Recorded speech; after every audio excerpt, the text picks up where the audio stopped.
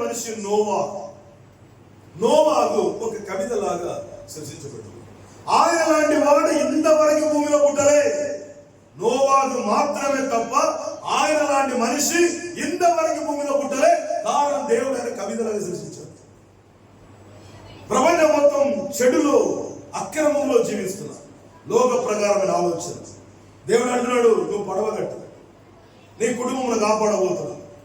Okay ప్రభు, పడవను కట్టినప్పుడు పడవ ఎట్లా కూడా తెలియదు, వర్షం వస్తున్నప్పుడు వర్షం ఎట్లా ఉండే కూడా తెలియదు. కానీ దేవుడు చెప్పాడు, నేను వర్షం కురిపించబోతున్నా, నిన్ను కాపాడుకో, పడవ కట్టు. ఉన్నవాడంతా ఎగిరించాడు, ఉన్నవాడంతా నవ్వాడు, తిట్టాడు, ఏమో చేశాడు.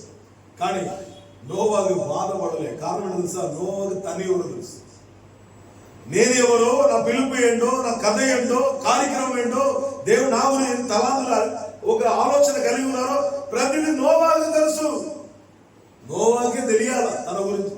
మందికి తెలిసి ఏం లాభం? నా గురించి మందికి తెలిసిన దానికంటే నా గురించి నాకు తెలియదు ముందు. అమ్మాయి చెప్ప